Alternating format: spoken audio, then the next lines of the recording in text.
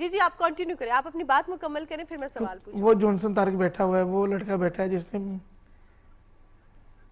اچھا بہت خوشی ہوتی ہے جس طرح جانسن آپ نے ایک خاتون کو تحفظ فراہم اور کیا. اس ٹائم مجھے بڑی خوشی بھی ہوتی ہے, لیکن کئی لوگ صحیح, تو جب آپ نے تحفظ فراہم کیا تو جب گھر میں گئے تو کیا گھر والوں نے بھی بہت زیادہ جو ہے آپ کو اسی طرح دیکھ کے کہا کہ وہ دیکھو جانسن آیا اور اس نے ہمارا نام روشن کیا ہے اور ملک کا نام روشن کیا ہے؟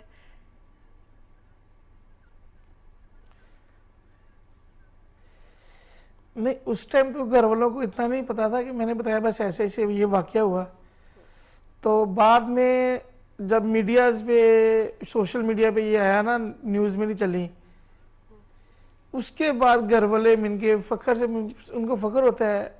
اس ٹائم تو صرف سیدہ شہر پر نقوی صاحبہ کو یہ من کے پروموٹ کیا جا رہا تھا, لیکن اب خداوند کا شکر ہے ہر جگہ مجھے اپریشیٹ کیا جا رہا ہے. سب سے پہلے ISI نے, پھر IG پنجاب صاحب نے, پھر DIG پنجاب صاحب نے, پھر کافی من کے, پھر پرائڈ آف پاکستان, پھر IG پنجاب نے مجھے برانڈ ایمبیسڈر مقرر کر دیا گیا مساق سینٹر کا. میں نے کبھی سوچا بھی نہیں میری زندگی میں یہ ایسے من کے, آج بھی فیور تھا میں, لیکن میرے سے اٹھا نہیں گیا, لیکن میں پھر بھی میں نے کتنے ٹائم دیا ہوا ہے. تو اللہ تعالیٰ آپ کو صحت عطا کرے, ہماری دعا ہے. میڈیسن کھائی تھی میں نے, ڈاکٹر کو گھر ہی بلا لیا تھا نا میں نے. ایسٹر بھی آ رہا ہے اور ایسٹر کی تیاری بھی جاری ہے, تو بہت سارے نوجوانوں کے لیے آپ انسپریشن بنے ہیں جانسن طارق. آپ کا یہ فیصلہ کہ بر وقت فیصلہ کسی کی زندگی بچانا, اور بہت سارے لوگوں نے اس کو سیکھا اس چیز سے کہ ہمیں درست عمل کیا ہے اور وہ کیا کرنا چاہیے. کیا کہنا چاہیں گے آپ ان تمام نوجوانوں سے جو اس طرح کی خدا نہ خواستہ اس طرح کا معاملہ ان کے سامنے آتے ہیں, تو کیا کرنا چاہیے, دل میں جذبہ کیا ہونا چاہیے ان کے؟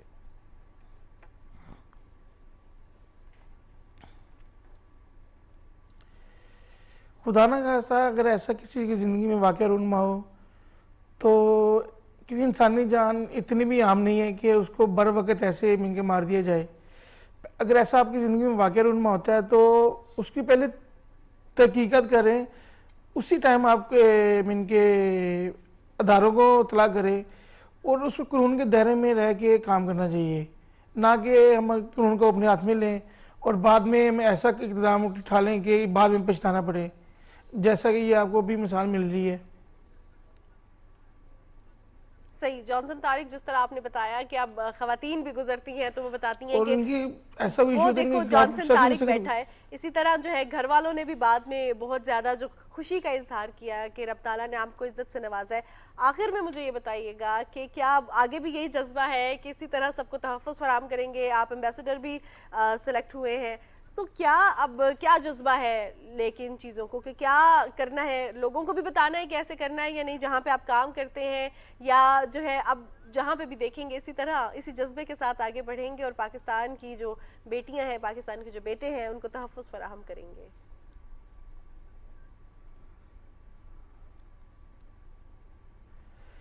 سب سے پہلے جو میں گھر میں چھوٹا ہوں, ٹھیک ہے, تو میں جب تک گھر میں نہیں نہ پہنچتا تو میرے امی ابو اب صحیح سوتے نہیں ہیں. تو اس کے بعد میرا تو یہی ارادہ ہے کہ میں فلاحی کاموں میں اور بڑھ چڑھ کے حصہ لوں. خدا نے اس سے مجھے عزت دی ہے, آگے جو خدا کو میری زندگی میں منظور ہوا میں خدا پہ چھوڑتا ہوں. زبردست. کوشش یہی ہے کہ میں بڑھ چڑھ کے کام کروں.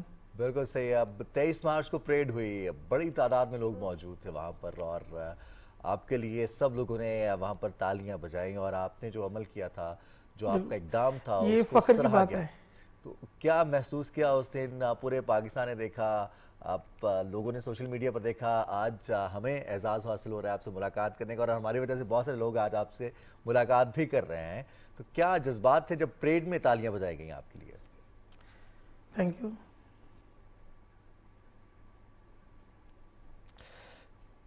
یہ باعث فخر کی بات ہے میرے لیے, اور یہ میں سارا جلال میں اپنے خدا یسوع مسیح کو دیتا ہوں, جس نے مجھے استعمال کیا.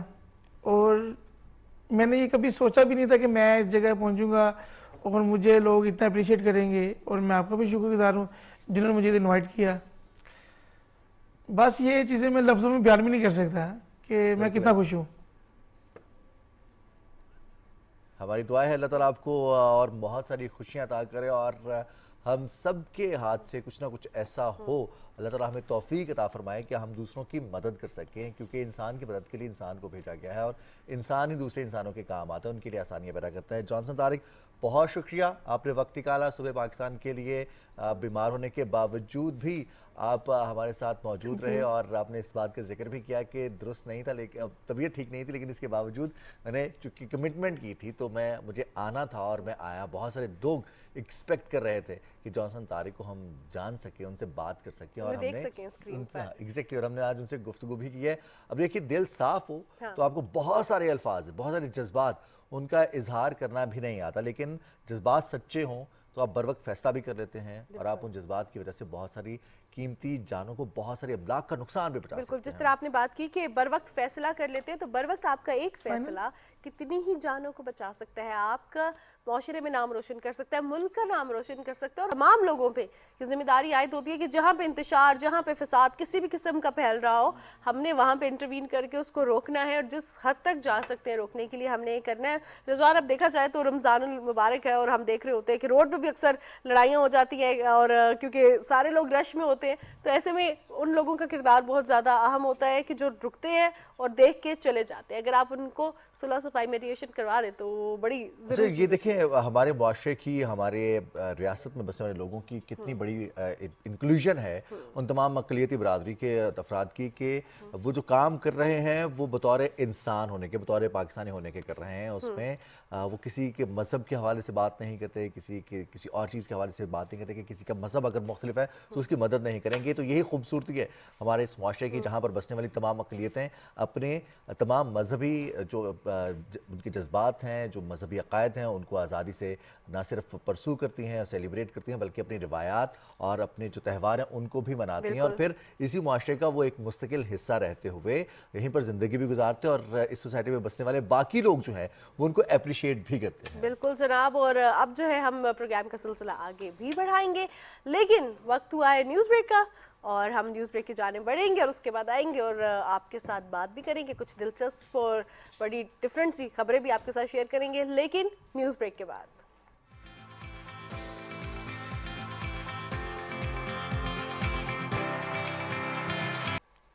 صبح پاکستان میں ایک بار پھر آپ کو خوش آمدید کہتے ہیں, اور بریک پر جانے سے پہلے تو ہم ذرا سنجیدہ گفتگو کر رہے تھے, ابھی بھی ہم سنجیدہ گفتگو کریں گے, لیکن وہ سن کے آپ کو ہنسی آ جائے گی.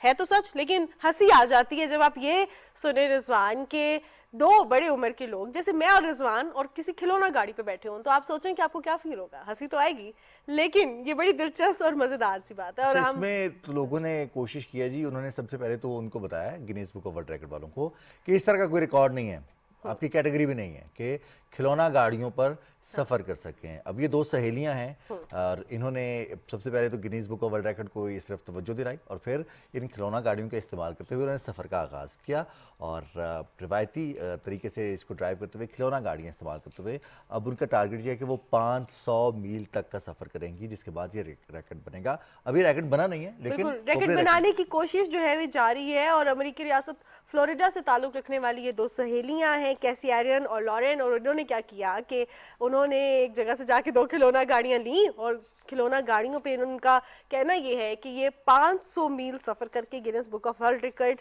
میں اپنا نام درج کرانے کی کوشش کریں گی. لیکن ابھی تک جو ہے ایسا کوئی کھلونا گاڑیوں کی کیٹیگری نہیں ہے جس میں جو ہے وہ نام درج ہو سکتا ہے. تو کیونکہ اٹس اے ویری ڈفرینٹ چیز کہ اگر آپ کھلونا گاڑیوں پہ جا کے سفر طے کر رہے ہیں اور نام بنا رہے ہیں, لیکن لیٹس سی, کیونکہ زیادہ تر تو ہم دیکھتے ہیں کہ وہی چیزیں ہوتی ہیں جو کہ پہلے نہیں ہوئی. تو نیکسٹ ٹائم جب ہم خبر شامل کریں گے تو ہم دیکھیں گے کہ کیا ان کا نام شامل ہو گیا ہے یا نہیں ہوا. اچھا, لیکن ایک اور ریکارڈ بن گیا ہے. ابھی تو یہ ریکارڈ تو بننے والا ہے, لیکن ایک ریکارڈ بن گیا. کل ہم نے آپ کو خبر دی تھی چین سے, دیواریں چین کے حوالے سے جو غباروں سے اس کی تعمیر کی گئی, اس کا نمونہ بنایا گیا تھا, اور اس میں کتنے غبارے استعمال کیے گئے, اور تمام کے تمام جو گولڈن کلر کے غبارے تھے وہ استعمال کیے گئے, اور اس میں چبوترے بنائے گئے, لائٹ ٹاورز بنائے گئے. اب چین سے ہی خبر ہے, چونکہ چین میں ہم نے دیکھا کہ جو موسم بہار کی چھٹیاں تھیں, اس کے بعد جشن بہاراں تھا, تو اس میں مختلف فیسٹیولز ہوتے ہیں, اور خاص طور پر لالٹین بہت اہمیت رکھتی ہے. اگر ہم چینی روایات کی بات کریں, چینی کلچر کی بات کریں, تو وہاں پر لالٹین کو بہت اہمیت دی جاتی ہے. اور اب ایک ایسی ہی لالٹین وہاں پر روشن کی گئی ہے, اور یہ پھولوں سے بنی ہے, پھولوں سے بنی ہوئی یہ لالٹین. بالکل. اور آپ دیکھ رہے ہیں کہ اس لالٹین کو دنیا کا سب سے بڑا پھولوں سے بنا ہوا لالٹین قرار دے کر جو ہے وہ grains book of world record میں اس کا نام شامل کر دیا گیا. صوبہ ہے ہنان اور شہر ہے لوویان. اور آپ کو یہ بتا دیں کہ اس کی لمبائی جو ہے 45.03 میٹر ہے, اور چوڑائی جو ہے وہ 19.7 میٹر ہے. اور ہم اس کی اگر اونچائی کے حوالے سے بات کریں تو یہ 24.84 میٹر ہے, اور وزن جو ہے 45 ٹن ہے. 45 ٹن, اور کسی بھی فائر انجن سے زیادہ وزنی ہے یہ. اور فائر انجن جس کی بات کرتے ہیں, جس کی وجہ سے ہم دیکھتے ہیں کہ آگ بجھانے کے لیے جس کو استعمال کیا جاتا ہے, فائر فائٹرز انجن ہوتے ہیں.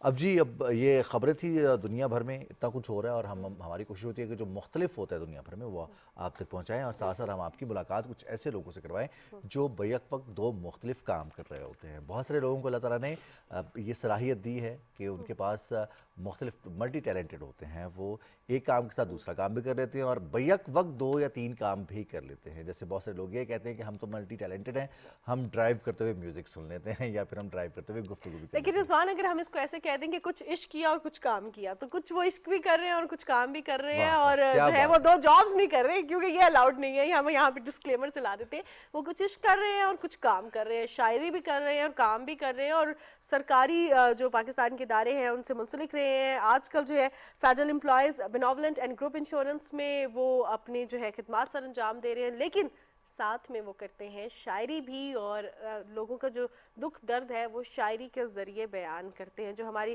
معاشرے میں ڈفرینٹ ایونٹس ہیں, جو حادثات ہیں, ان کے پیچھے ہونے والی جو ریزنز ہیں, ان کو اپنی شاعری میں بیان کرتے ہیں. اور اب ہم بات کر رہے ہیں, میں ان کا جو تعارف ہے وہ تو ہم نے بتا دیا کہ بہت سے سرکاری اداروں میں اپنی سروسز انہوں نے پرووائڈ کی ہیں, لیکن ہم شاعر کہہ کے ان کو بلائیں گے. اور آج ہمارے درمیان خضر سلیم صاحب موجود ہیں. السلام علیکم خضر صاحب. جی السلام علیکم. کیسے ہیں آپ؟ جی اللہ کرم سب. خضر صاحب, شاعری اور گورنمنٹ جاب, جی جی کیا لنک ہے اس کا, یا لنک آپ نے بنانے کی کوشش کی؟ لنک تو بن سکتا ہے, لنک تو کیونکہ جو شاعری ہے یہ بھی آپ کے اندر حساس اور خدمت کا جذبہ بھی آپ کے اندر پیدا ہو سکتا ہے.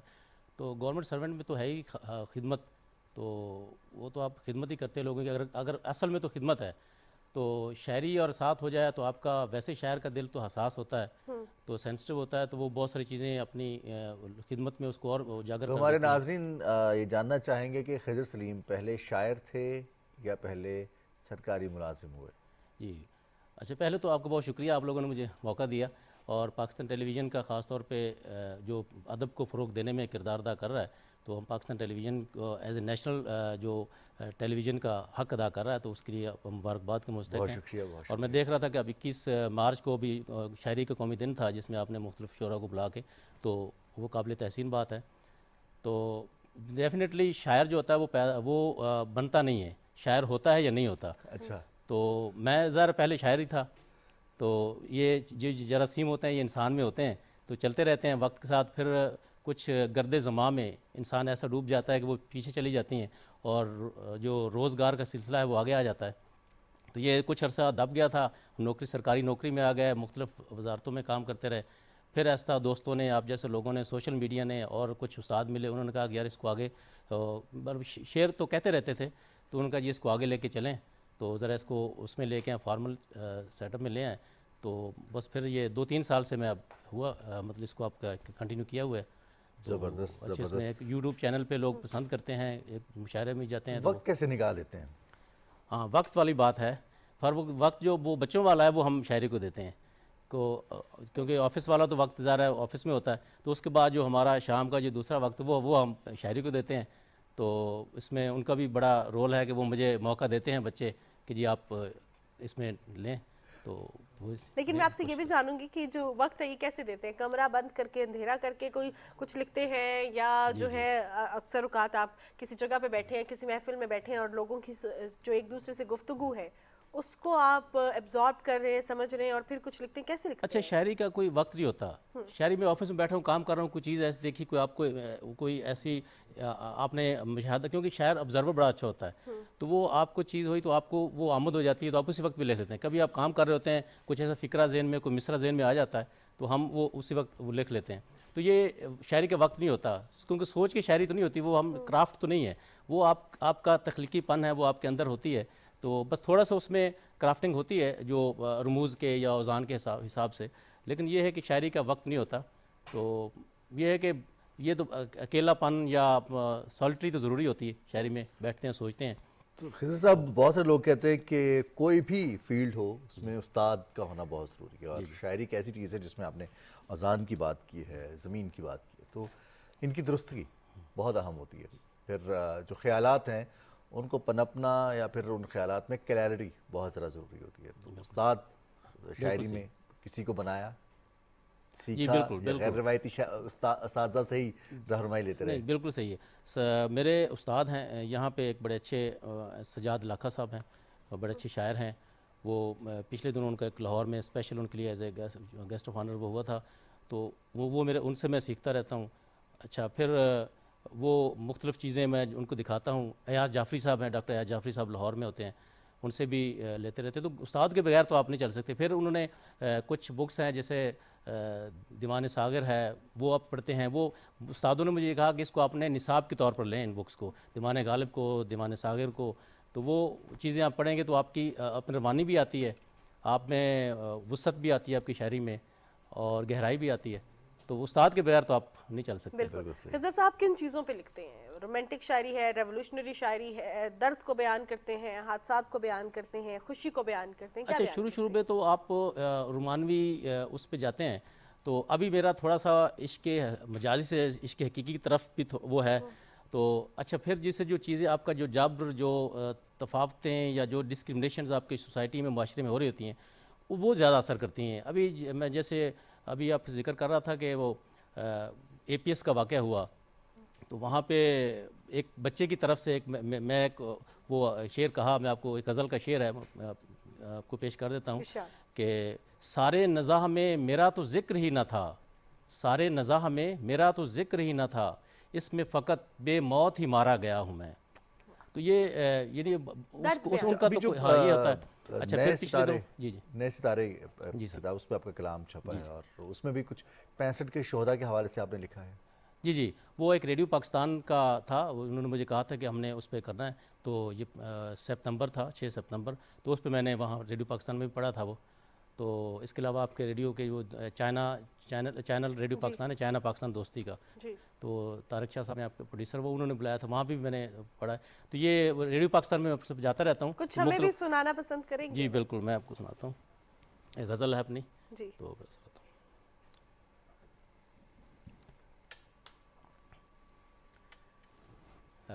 میرے بے ربط خوابوں کی کوئی تعبیر تو نکلے، میرے بے ربط خوابوں کی کوئی تعبیر تو نکلے، ہمیں تخریب نے گھیرا کوئی تعمیر تو نکلے. یہاں سچ کے کرینوں پر پڑی اب کے سیاہی ہے، یہاں سچ کے کرینوں پر پڑی اب کے سیاہی ہے، دکھانے ہم کو راہ حق کوئی شبیر تو نکلے. مقدر تو میرے لوگوں کا سنورے گا تبھی مولا، مقدر تو میرے لوگوں کا سنورے گا تبھی مولا، تمنا تھامے ہاتھوں میں کبھی تقدیر تو نکلے. اور شعر ملاحظہ کیجیے گا کہ گو ماضی کا ہے قصہ اب تجارت تو غلاموں کی، گو ماضی کا ہے قصہ اب تجارت تو غلاموں کی، پڑی لوگوں کی گردن میں مگر زنجیر تو نکلے، پڑی لوگوں کی گردن میں مگر زنجیر تو نکلے. میری بستی کے آنگن میں تو راتوں کے ہی ڈیرے ہیں، میری بستی کے آنگن میں تو راتوں کے ہی ڈیرے ہیں، طلوع صبح نو کی اب کوئی تدبیر تو نکلے. کیا بات. اور مکتا ہے کہ دلیلیں سب جہالت کی خضر پڑھ ماند جائیں گی، دلیلیں سب جہالت کی خضر پڑھ ماند جائیں گی، میانوں سے تیرے بس علم کی شمشیر تو نکلے. کیا بات ہے، کیا بات ہے. ہمیں تخریب نے گھیرا کوئی تعمیر تو نکلے، میرے بے ربط خوابوں کی کوئی تعبیر تو نکلے. کیا بات ہے. اور یہ وہ جو تعلیم اور جو معاشرتی مسائل کا ہونا اور ان کی نشاندہی ہمارا لٹریچر، ہمارا ادب، ہمارا ادیب کرتا ہے، یہ بہت ضروری ہے، ہمارا جو انٹلیکٹ کرتا ہے. اب جو دور جدید کی شاعری ہے اس کو آپ کیسے دیکھتے ہیں؟ بہت ساری شاعری کی جاتی ہے اور بہت ساری شاعری جیسے آپ نے کہا کہ کچھ شاعر ہوتا ہے، بنتا نہیں. جی بالکل. اصل میں شاعری کے مختلف انداز رہے ہیں. بیسیکلی غزل وہ رشید احمد صدیقی صاحب نے کہا کہ غزل جو ہے وہ شاعری کی آبرو ہے, اور آج کل زیادہ کام غزل میں ہو رہا ہے, نظم میں ہو رہا ہے لیکن کم ہو رہا ہے, تو غزل میں ہو رہا ہے. تو جدید شعراء شاعری جو غزل یا شاعری میں مختلف مضامین وقت کے ساتھ ساتھ شامل ہوتے رہے ہیں. شروع میں ہم دیکھیں تو وہ فلسفہ تھا, فکر تھا غالب میں, اس کے بعد علامہ اقبال میں آزادی کا جذبہ, نوجوانوں میں ہمت حوصلے کی بات, اور پھر آگے ہیں تو ترقی پسند شعراء میں حبیب جالب اور احمد فراز, فیض احمد فیض, انہوں نے اس کی فلسفہ کی بات کی, انہوں نے باغیانہ بات کی یا ایک ڈیفرنٹ بات کی. اچھا آج کل کے شعراء ہیں اس میں سارے عاشقانہ انداز بھی ہے, اس میں رومانیت بھی ہے, اس میں فلسفہ بھی ہے, اس میں جدید جو آپ کا دور ہے اس کے زمانے کا کرب بھی ہے, اور اس کے علاوہ جو نئے سبجیکٹ, اور یعنی شاعری میں بہت سارے سبجیکٹ شامل ہو گئے ہیں, بہت سارے روزمرہ معاملات کو بھی شامل کیا. جی جیسے اب جون ایلیا کو دیکھیں, چھوٹی چھوٹی باتوں کو انہوں نے بڑے خوبصورت انداز میں ان کو لوگوں نے ان کی زندگی کے بعد پہچانا. تو جیسے ایک چھوٹا سا شعر میں آپ کو سناتا ہوں, ان کا بالکل سادہ ہے کہ مجھ سے ملنے کو آپ آئے ہیں, مجھ سے ملنے کو آپ آئے ہیں, بیٹھیے بلا کے لاتا ہوں. تو یہ چھوٹی سی بات ہے لیکن اتنا بڑا فلسفہ اس میں بیان کر دیا کہ ہماری ڈیفرنٹ پرسنالٹیز ہوتی ہیں ہر جگہ. ایک اور چیز آپ سے جاننا چاہوں گی خضر سلیم صاحب, مختلف سرکاری عہدوں پہ آپ فائز رہے, شاعر ہیں, شاعر بہت سینسٹیو ہوتا ہے, جہاں ہماری جاب ہوتی ہے ہم بڑے جو ہے اسٹریٹ فارورڈ ہوتے ہیں چیزوں کو لے کے, بہت جو ہے ہم کاسٹ اینڈ بینیفٹ انالیسس کر رہے ہوتے ہیں, لیکن شاعری جو ہے ایس او پیز بھی فالو کرنی ہوتی ہے, لیکن شاعری آپ کو بہت سینسٹیو کر دیتی ہے. آپ آؤٹ آف دا وے جا کے بھی دیکھتے ہیں, لوگوں کی لٹرل میننگز پہ نہیں جاتے. تو کیا آپ کی شاعری نے, یہ جو آپ کا لگاؤ ہے شاعری کے ساتھ, یا آپ جو خود شاعر ہیں, اس نے کمپلیمنٹ کیا آپ کی جاب میں, کچھ ڈفرینس لے کے آئی آپ کی پرسنالٹی میں؟ بہت زیادہ. میں ابھی کسی ایک ٹریننگ پہ تھا تو وہاں پہ میں نے ایک تھاٹ آف دا ڈے ہم ایک وہاں پیش کرتے تھے, وہاں میں نے کہا تھا گیسٹ آف دی گاڈ. وہاں اس پہ میں نے بولا تھا, یہ بیسیکلی دورانی صاحب تھے, آئی جی کے پی کے ریٹائر ہوئے, بڑا اس کا ایک کانسیپٹ تھا گیسٹ آف دی گاڈ, کہ لوگوں کو اس نے بیوروکریٹس کو کہا تھا کہ آپ لوگوں کو ان لوگوں کی خدمت کریں جو اللہ آپ کے پاس بھیجتا ہے, کیونکہ اللہ نے آپ کو چیئر کی اس طرح بٹھایا ہے, تو وہ جو لوگ آپ کے پاس آ رہے ہیں, اللہ آپ کو, جن کا کوئی فون نہیں, کوئی ریکمنڈیشن نہیں, کوئی, وہ اللہ کے مہمان ہیں, ان کی قدر کریں. تو ہم کوشش کرتے ہیں کہ تھوڑا سا لوگوں کو جو روٹین والا بیوروکریٹک ایٹیچیوڈ ہے, ریڈ ٹیپزم ہے, اس سے ہٹ کے, تو بڑا اثر ہوا لوگوں کے ساتھ. لوگ اب آپ یہ اپنی سیلف اپریزل والی بات ہوگی, تو میرے بارے میں جہاں بھی لوگ رہتے ہیں کہ وہ کہتے ہیں جی کہیں اگر مسئلہ حل نہیں ہوتا میرے پاس آتے ہیں تو کوئی مسئلہ حل ہو جاتا ہے. تو میں خود لوگوں کے پاس, جس میں اب ڈپارٹمنٹ میں ہوں میں, وہاں پہ لوگ ذرا بیوہ لوگ بہت زیادہ ہوتے ہیں, جو انکیپیسٹیکیٹ ہوتے ہیں یا انویلڈ لوگ ہوتے ہیں, معذور لوگ ہوتے ہیں, ان کا آنا جانا ہوتا ہے. تو میں بعض اوقات اپنے اسٹاف خود ان کو لے کے اپنے اسٹاف کے پاس کہ یار یہ بڑے اسپیشل مہمان ہیں تو یہ ان کا کریں, تو وہ کوشش کرتے ہیں کہ ان لوگوں کے مسئلے حل کریں. تو یہ بڑا آپ کا ڈیفینیٹلی آپ پہ اثر کرتی ہے شاعری یا جو بھی ادب ہے, وہ آپ کو باادب بھی بناتا ہے. اچھا خضر سلیم صاحب, ہم دیکھتے ہیں کہ دور جدید میں بہت سارے اعتراضات بھی ہیں کہ یہ دور جو ہے یہ تبدیل ہوتا جا رہا ہے, کتاب سے دوری, ادب سے دوری. کیا سمجھتے ہیں کہ اب سوشل میڈیا کی وجہ سے, مین اسٹریم میڈیا کی وجہ سے, یا پھر جدید شاعری کی وجہ سے نوجوانوں کا رجحان بڑھ رہا ہے اس جانب, واپس آ رہے ہیں نوجوان ادب کی جانب؟ جی بالکل. ابھی آپ دیکھیں کہ ابھی آپ سوشل میڈیا پہ دیکھتے ہیں تو اتنا زیادہ نوجوان شعراء آ رہے ہیں, نمبر 1. دوسرا یہ کہ لوگوں کی تعداد یونیورسٹیوں میں اب یہ گانے اور ان کی نسبت شاعری زیادہ سنی جا رہی ہے, اور بچوں کا رجحان بہت زیادہ اس طرف آ رہا ہے. تو یہ ایک اچھی بات ہے. یہ بات ٹھیک ہے کہ کتاب سے لوگوں کی ذرا وہ چلیں گے ہم سوشل میڈیا کی وجہ سے, لیکن وہ میرا ایک شعر ہے کہ گو ہے خضر کتاب سے دوری اب, گو ہے خضر کتاب سے دوری اب, آئے گا دور کتاب بھی ایک دن. تو وہ کتاب کا دور بھی آئے گا, تو ہم کیونکہ اصل کی طرف تو واپس ہم جائیں گے, تو وہ انشاءاللہ ہوگا, لیکن ابھی تھوڑا سا واپس لوٹ کے آنا ہے. اور اس میں آپ لوگوں کا بہت زیادہ کنٹریبیوشن ہے جو کہ اپنی جاب کے ساتھ ساتھ آرٹ اینڈ لٹریچر کے ساتھ ایسوسیٹڈ ہے. بہت شکریہ خضر سلیم صاحب, آپ کے قیمتی وقت کا, آپ نے ہمیں وقت دیا اور ہمیں اپنی شاعری بھی سنائی, اور ہم امید کرتے ہیں کہ اسی طرح آرٹ اینڈ کلچر کو, لٹریچر کو, شاعری کو فروغ دیا جائے گا. جس طرح ہمارے چھوٹے چھوٹے ایونٹس ہو رہے ہیں, ہم محفلوں کا انعقاد کرتے ہیں تاکہ اپنی شاعری سنائی جائے. لیکن رضوان شاعری کے ساتھ ساتھ کچھ بھی تخلیق, ایک اور چیز رضوان آپ نے دیکھی ہوگی, وہاں پر بھی تخلیق بہت سارے لوگ اپنے فن پارے پیش کرتے ہیں. بالکل. اور رضوان ابھی میں کچھ ریسٹورنٹس میں جا رہی تھی تو میں نے 5-6 دفعہ یہ دیکھا کہ وہاں پہ سٹنگ ہو رہی ہے 8-10 لوگوں کی, اور کچھ نہ کچھ وہ اپنی تخلیق سنا رہے ہیں. تو یہ بڑا زبردست مجھے لگا کہ کسی نہ کسی طریقے سے ہم اپنے کلچر کے ساتھ، اپنے آرٹ کے ساتھ، لٹریچر کے ساتھ ایسوسیٹ میں ہر چیز کا ایک بوم آتا ہے. ہم دیکھتے ہیں سوشل میڈیا کا بہت زیادہ ایک لوگوں نے سوشل میڈیا پر ایک رجحان آیا اور تمام لوگ آمنے سامنے بیٹھے ہوئے، قریب بیٹھے ہوئے بھی سوشل میڈیا پر موجود تھے. لیکن پھر وہ جو ہمارا کلچر ہے مل بیٹھنے کا، جو ہم شام کو مل کر بیٹھتے ہیں، چائے پر بیٹھتے ہیں، یا پھر دوستوں کے ساتھ ہماری کچھ دیر کی ملاقات ہوتی ہے، گھر والوں سے ملاقات ہوتی ہے، اس میں انٹریکشن ہوتا ہے، وہ چیزیں اب واپس آ رہی ہیں. اور ان کا آنا ہماری ذہنی صحت کے لیے، ہماری معاشرتی صحت کے لیے، ہماری سماجی صحت کے لیے بہت اچھا ہے. ہم بھی واپس آئیں گے، ہم بھی بریک واپس بھی آئیں اچھی ہے گے، نا. لیکن بریک لے کے ہم بھی واپس آئیں گے. ایک بریک کے بعد واپس آتے ہیں.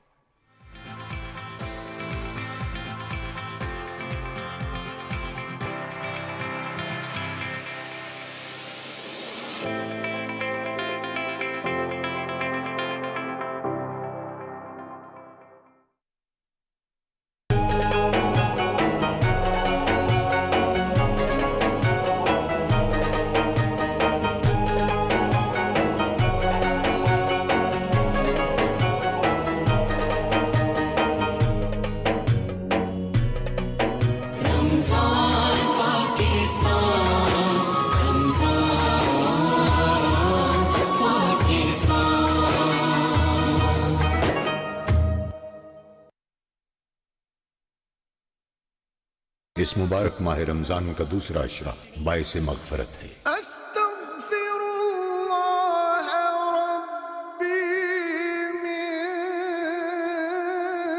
کل ذنب اذنبته واتوب الیہ. اے اللہ میرے گناہوں کو بخش دے اور میری توبہ قبول فرما. جدھر وہ عالی مقام ہوگا.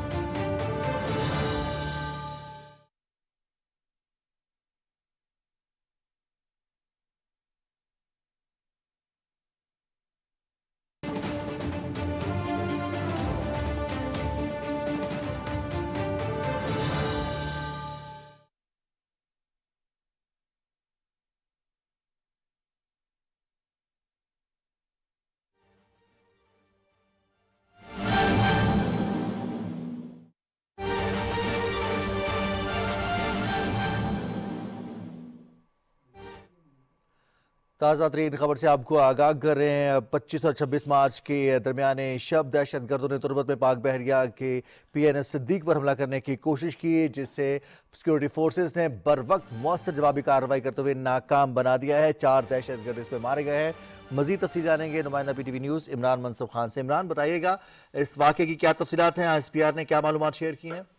جی بالکل، ISPR کے مطابق 24 اور 25 مارچ کے درمیانی شب کو PNS ایئر بیس پر جو حملہ کیا گیا تھا دہشت گردوں کی جانب سے، اس کو مشترکہ آپریشن کے ذریعے ناکام بنا دیا گیا ہے اور دہشت گردوں کو، 4 دہشت گردوں کو جو ہے واصل جہنم کر دیا گیا ہے.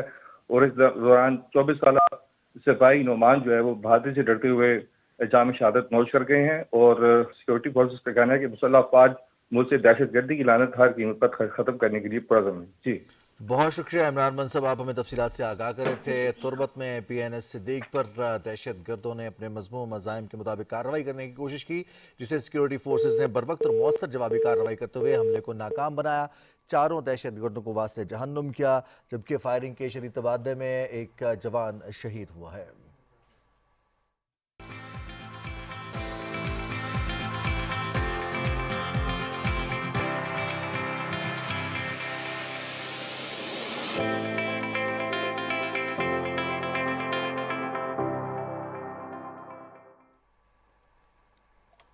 صبح پاکستان میں ایک بار پھر آپ کو خوش آمدید کہتے ہیں. رمضان المبارک کی برکتیں، رحمتیں اور نعمتیں سمیٹتے ہوئے ہمیں 15 روز گزر چکے ہیں. آج 15واں روزہ ہے اور رمضان المبارک کی مناسبت سے ہی ہمارے درمیان جو گیسٹ موجود ہیں وہ نعت رسول مقبول صلی اللہ علیہ وآلہ وسلم کا نذرانہ پیش کریں گے. سب سے پہلے میں آپ کو بتا دیتی ہوں کہ ہمارے درمیان حافظ محمد فیاض عباسی صاحب موجود ہیں. السلام علیکم حافظ صاحب. السلام ورحمۃ اللہ. کیسے ہیں آپ؟ جی الحمدللہ الحمدللہ. حافظ صاحب، سب سے پہلے تو میں آپ سے نعت کی درخواست کرنے سے پہلے یہ جاننا چاہوں گی کہ نعت کا آغاز کب کیا اور کب سے لے کے اب تک جو ہے وہ آپ نعت کا نذرانہ پیش کر رہے ہیں؟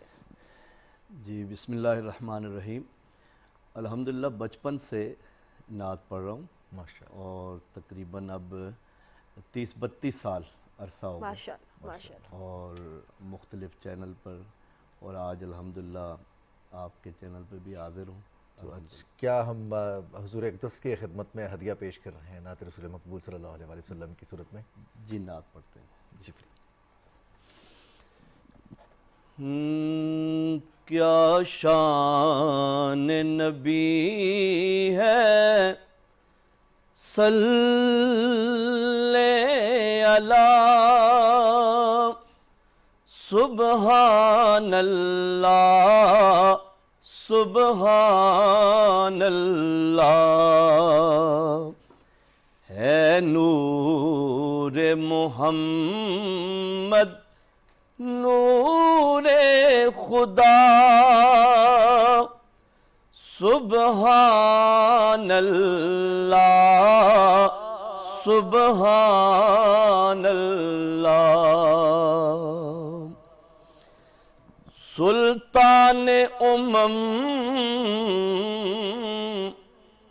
کے کیا کہنے،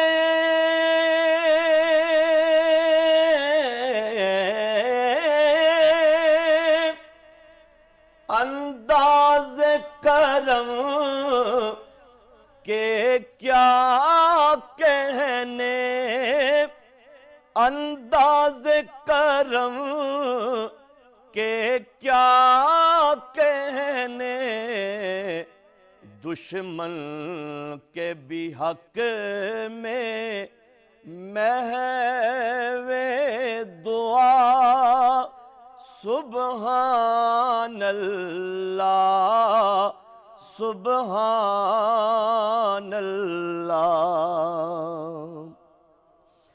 سردار عرب سلطان عجم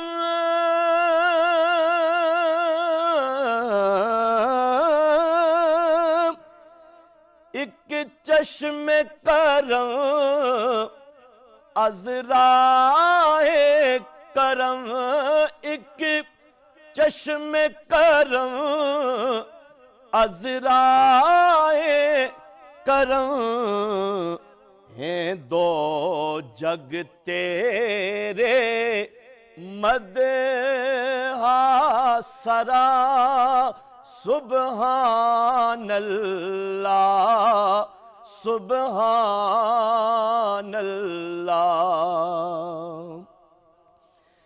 کیا حسن تیرا، کیا شان تیری،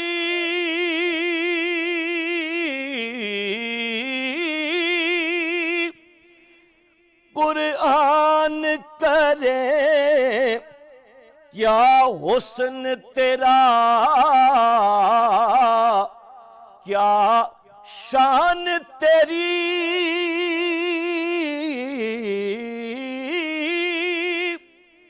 تعریف کرے قرآن تیری، تعریف کرے قرآن تیری. مزمل و یاسین و طٰہٰ، مزمل و یاسین و طٰہٰ سبحان اللہ سبحان اللہ سبحان اللہ سبحان اللہ سبحان اللہ سبحان اللہ سبحان اللہ سبحان اللہ. حافظ محمد فیاض عباسی صاحب یقینی طور پر یہ بڑی سعادت کی بات ہے نعت رسول مقبول صلی اللہ علیہ وسلم اور ثنا خوانی کرنا، اور بہت شکریہ آپ نے وقت نکالا اور آج کے دن آپ ہمارے پروگرام کے مہمان بنے، آپ کا بہت شکریہ۔ اور ہم بات کر رہے ہیں 15 رمضان المبارک کی۔ تو ناظرین، آج یہ وہ دن ہے جب نبی کریم صلی اللہ علیہ وآلہ وسلم کے خاندان نے باقاعدہ بہت طویل عرصے کے بعد ایک خوشی اللہ تعالیٰ نے انہیں عطا فرمائی، اور وہ خوشی تھی نواسہ رسول حضرت امام حسن رضی اللہ تعالیٰ عنہ کی پیدائش کی صورت میں۔ جی جناب، حضرت امام حسن رضی اللہ تعالیٰ عنہ کی پیدائش کا آج دن ہے، ان کا یوم ولادت ہے 15 رمضان المبارک، اور نبی کریم صلی اللہ علیہ وآلہ وسلم اور حضرت خدیجہ الکبریٰ کے حضرت امام حسن رضی اللہ تعالیٰ عنہ بڑے نواسے تھے۔ ان کی پیدائش پر ایک اپنی نوعیت کی خوشی کا اظہار کیا گیا۔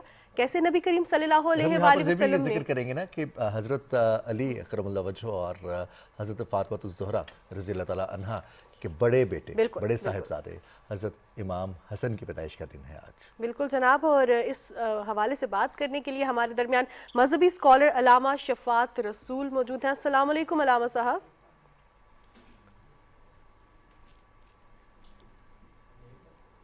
وعلیکم السلام ورحمۃ اللہ وبرکاتہ۔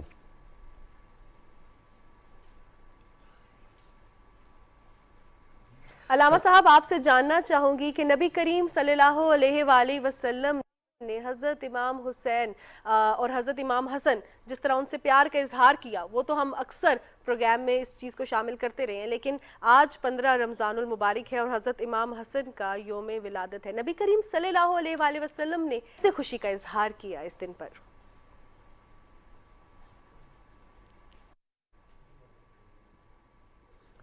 بسم اللہ الرحمن الرحیم۔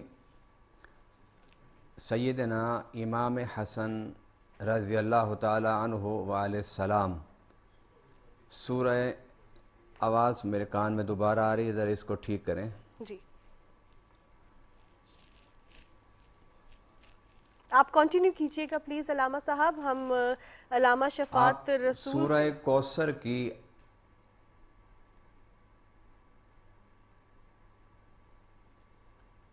عملی تصویر تھے سیدنا امام حسن رضی اللہ تعالی عنہ، کیونکہ کفار نے کہا تھا کہ نبی پاک صلی اللہ علیہ وسلم کے بارے میں کہ آپ نعوذ باللہ ابتر ہیں۔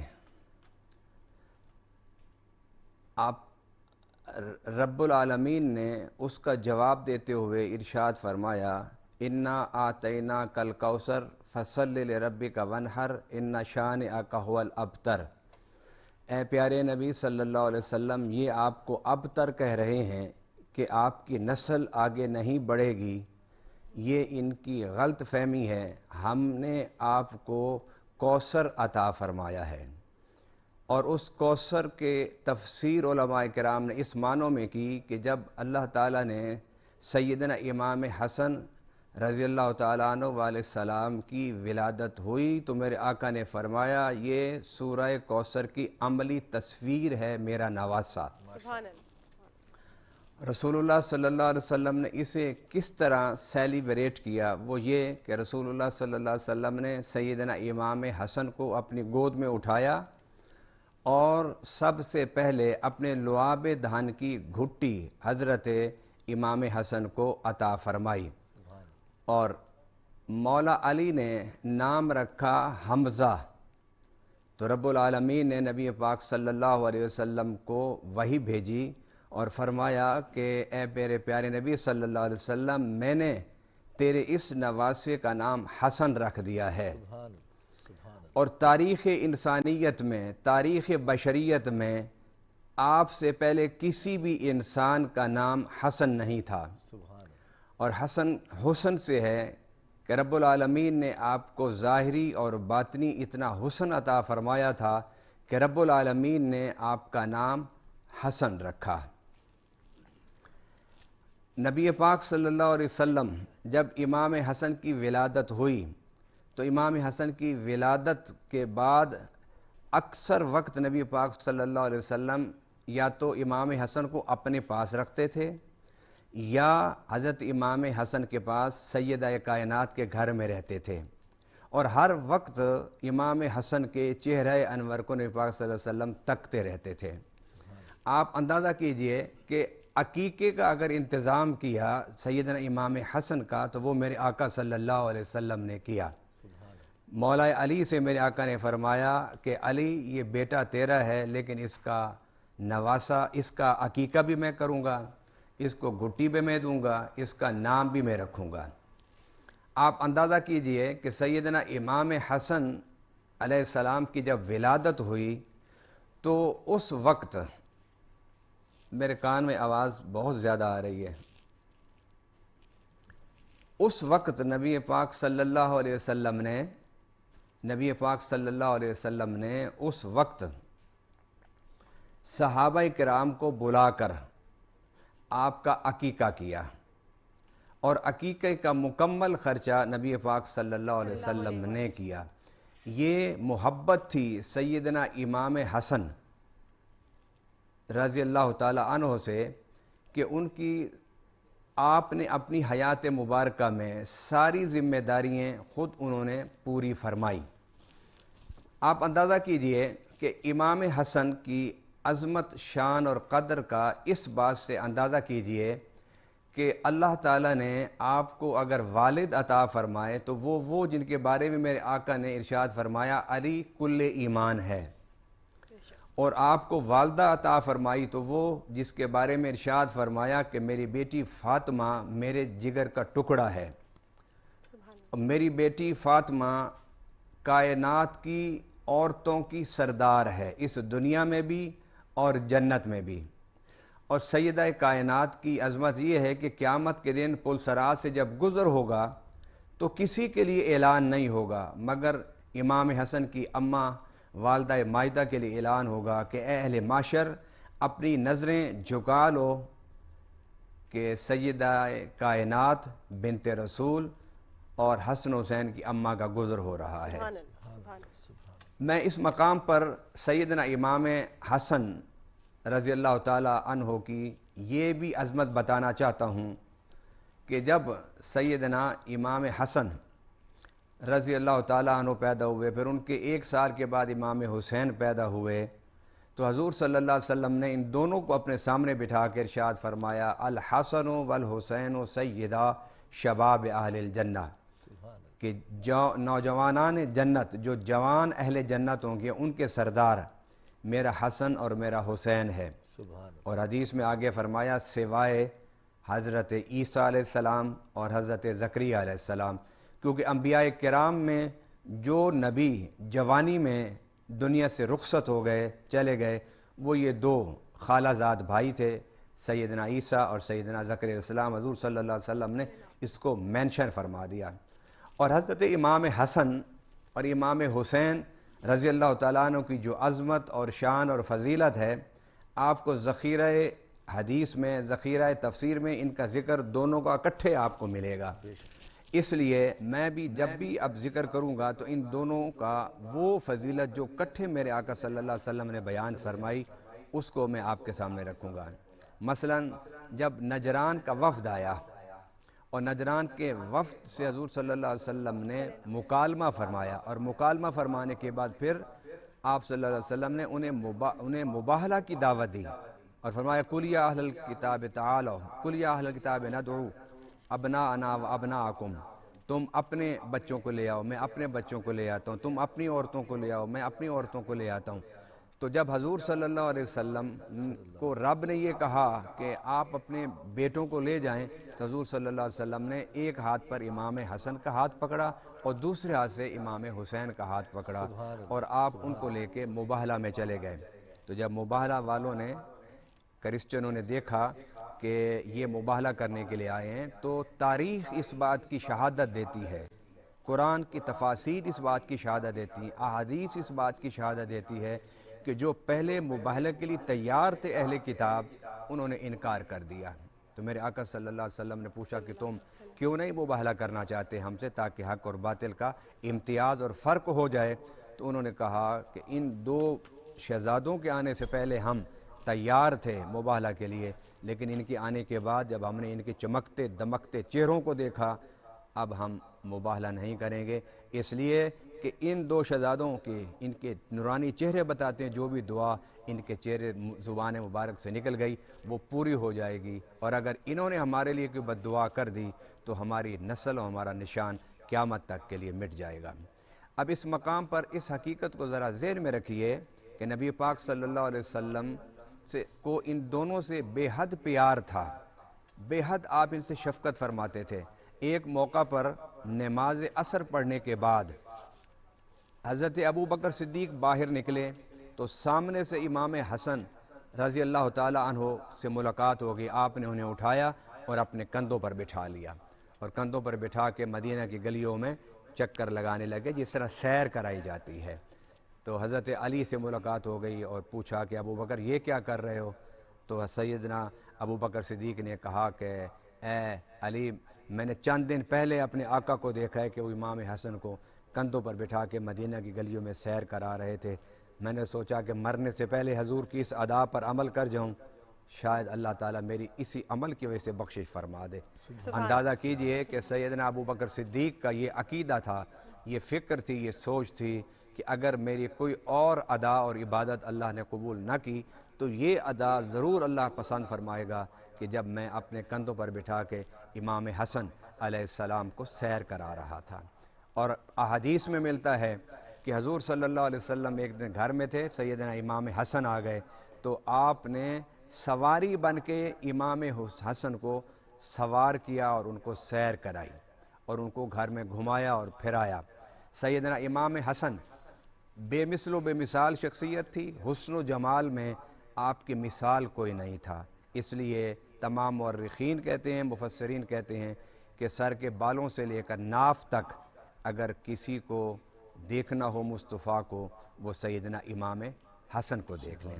ایک موقع پر حضرت زید بن حارثہ کہتے ہیں کہ میں حضور صلی اللہ علیہ وسلم کے گھر اقدس میں گیا تو میں نے دستک دی تو میں نے آقا صلی اللہ علیہ وسلم سے کہا حضور میری ضرورت اور حاجت ہے، محتاج ہوں، کچھ میری حاجت پوری فرما دیں۔ تو حضور صلی اللہ علیہ وسلم اندر گئے اور واپس جب آئے تو آپ نے میری حاجت پوری کی تو میں کیا دیکھتا ہوں کہ آپ کے دونوں ہاتھ اندر چھپے ہوئے ہیں چادر کے۔ تو میں نے کہا یا رسول اللہ صلی اللہ علیہ وسلم یہ آپ نے کندھے پر یہ چادر ڈالی ہوئی ہے، ایسے محسوس ہوتا ہے اندر آپ نے کچھ چھپایا ہوا ہے۔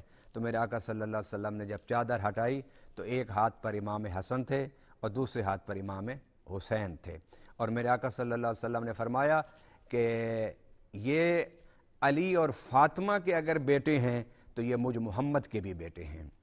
اور اس حقیقت کو نہ بھولیے کہ ان کی نانی وہ تھی جن کے بارے میں میرے آقا صلی اللہ علیہ وسلم فرماتے تھے ختیجہ میں نے ساری دنیا کے احسانات کا بدلہ دنیا میں دے دیا ہے، لیکن تیرے احسانات کا بدلہ جو تو نے مجھ پر کیے اور اسلام پر کیے اس کا بدلہ میں قیامت کے دن اللہ سے تمہیں دلواؤں گا۔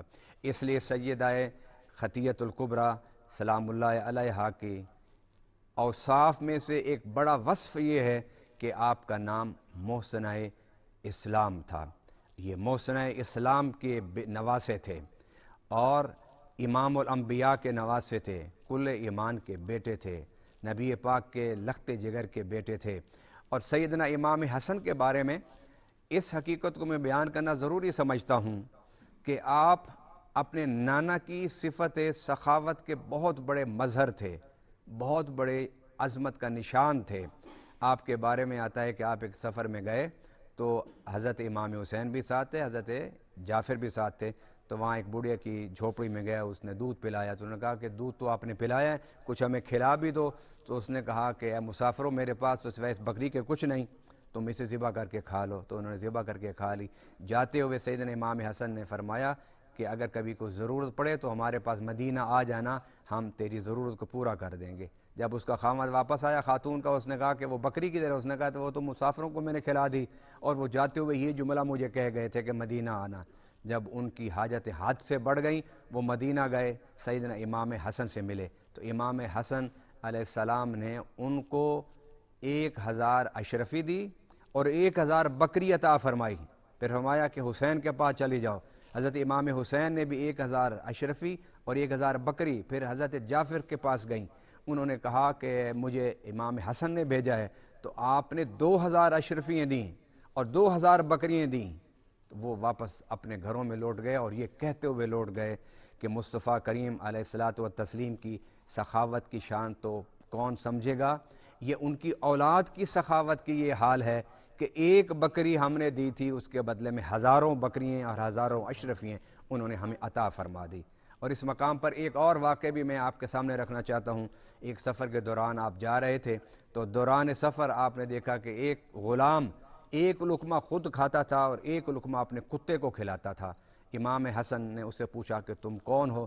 اس نے کہا میں فلاں شخص کا غلام ہوں، اس باغ میں کام کرتا ہوں. امام حسن اس کے مالک کے پاس گئے، غلام کو خریدا، باغ کو خریدا، اور وہ باغ اسے ملکیت میں دے دیا اور اسے آزاد کر کے کہنے لگے میں صرف اس لیے تیرے لیے کام کیا ہے کہ تو اللہ کی مخلوق پر کتنا پیار اور کتنا ان کا خیال رکھتا ہے. اور سیدنا امام حسن رضی اللہ تعالیٰ عنہ علیہ السلام کے اس عظیم کارنامے کو ہم نہیں بھول سکتے کہ جو آپ نے امت مسلمہ کو جوڑنے کے لیے کیا تھا.